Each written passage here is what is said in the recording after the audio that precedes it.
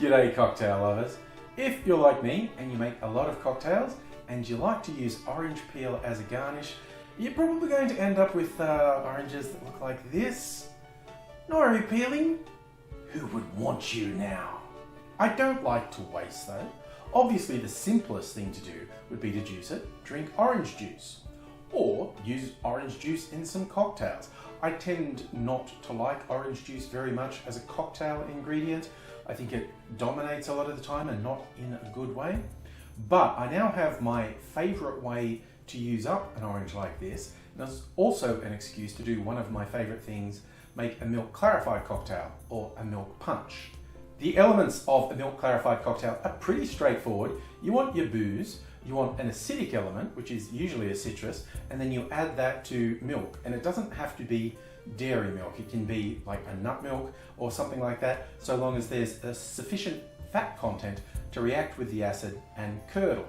And if you've never watched me make a milk clarified cocktail before, I get it. The idea of curdled milk reflexively sounds bad, but all that means in this case is we're separating the milk into curds and whey.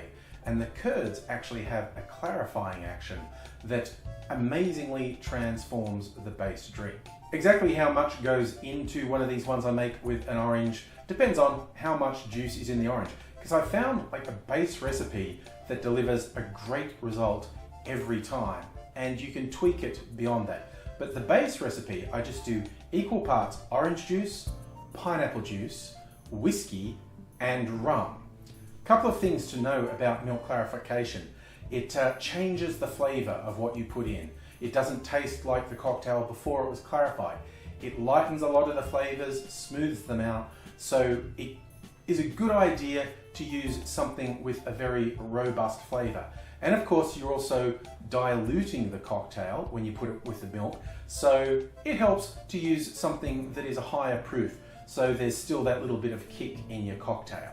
Those 4 equal parts I add to the same amount of milk and stir that gently, and we wait for that to actually curdle and separate, and then we run it through a coffee filter, usually twice. That's just the base recipe. Like say we get 100 mils of orange juice out of an orange, then I'll also add 100 mils of pineapple juice, 100 mils of whiskey, 100 mils of rum, and then add that to 100 mils of milk.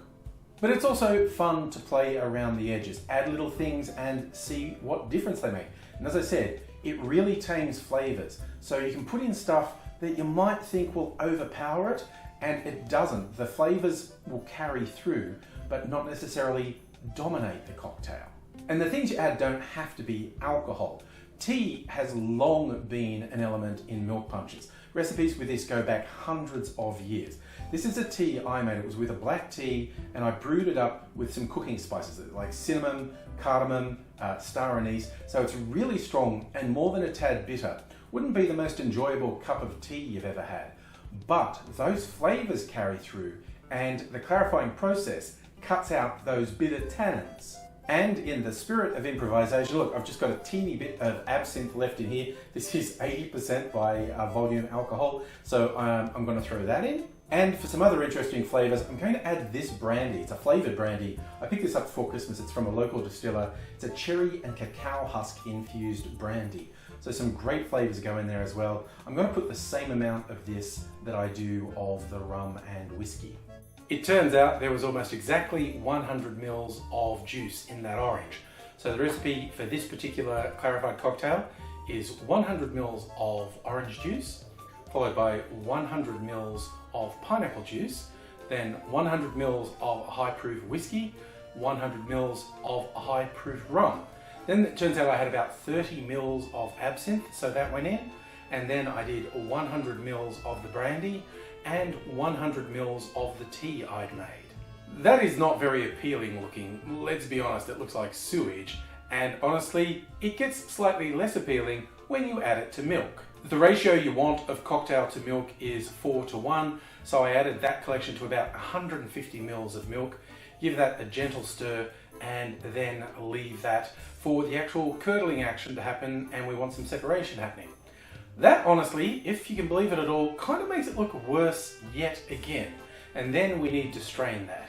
And if you've never watched a video about milk clarifying before, it's important to note, although I'm pouring this through a paper coffee filter, it is actually the curds that do the hard work of clarifying. The filter paper is just to hold everything in and stop the curds from going through. But the first amount that goes through is going to be a big cloud, you see, so you want to let it run through for a while and then put it back through again. Or do the whole lot more than once to get a nice clear drink. And here is the brilliantly clear end product. Oh yeah, I made a lot, so in case you're wondering, hey, he's wearing a completely different shirt now, this is a different day. Also, it hit over 100 Fahrenheit today, so I'm doing this pantsless. That's why I only shoot videos from here on up. Pants optional. You've got that mental image, good luck getting rid of it. So, despite how awful it looked, both just as a cocktail and then when it was mixed with milk, you can see how beautiful it is. It's clear. It's very common when you use brown spirits for it to come through a very light yellow rather than like water. But the clarity, I love the clarity. And that seems like an excuse to use some sexy clear ice to give this a taste. There are lots of ways you could serve this. It looks really nice up in a coupe or a Nick and Nora. Stir it on ice and then strain that into your glass. But yeah, like I said, the clear ice with the beautiful clear clarified cocktail, match made in heaven as far as I'm concerned. But now as for taste, the extra booze is coming through, I think. It's interesting to me what often comes to the fore when you clarify a cocktail, if you use a reasonable amount of fruit juice, is the fruit juice.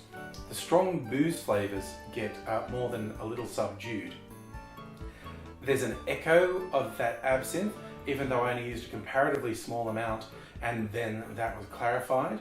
But yeah, using the more robust spirits is a good idea because then you still get some flavour coming through.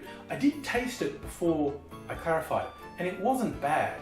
If I was going to have that as a cocktail, I would have adjusted it a little to make it more balanced. But that's less of a thing when you clarify the cocktail because it becomes a whole new thing.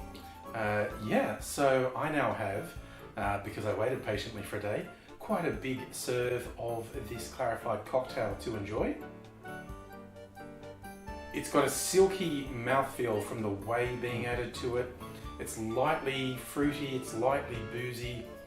It's probably super dangerous because it doesn't taste like it's that high alcohol, and it's a not shy amount of alcohol in here, so I probably need to be careful in this hot weather having a really nice cold drink. But if I don't end up under a table somewhere, I'll make another cocktail sometime soon and share it with you in a video. Hope you join me for that. Until I see you again, cheers.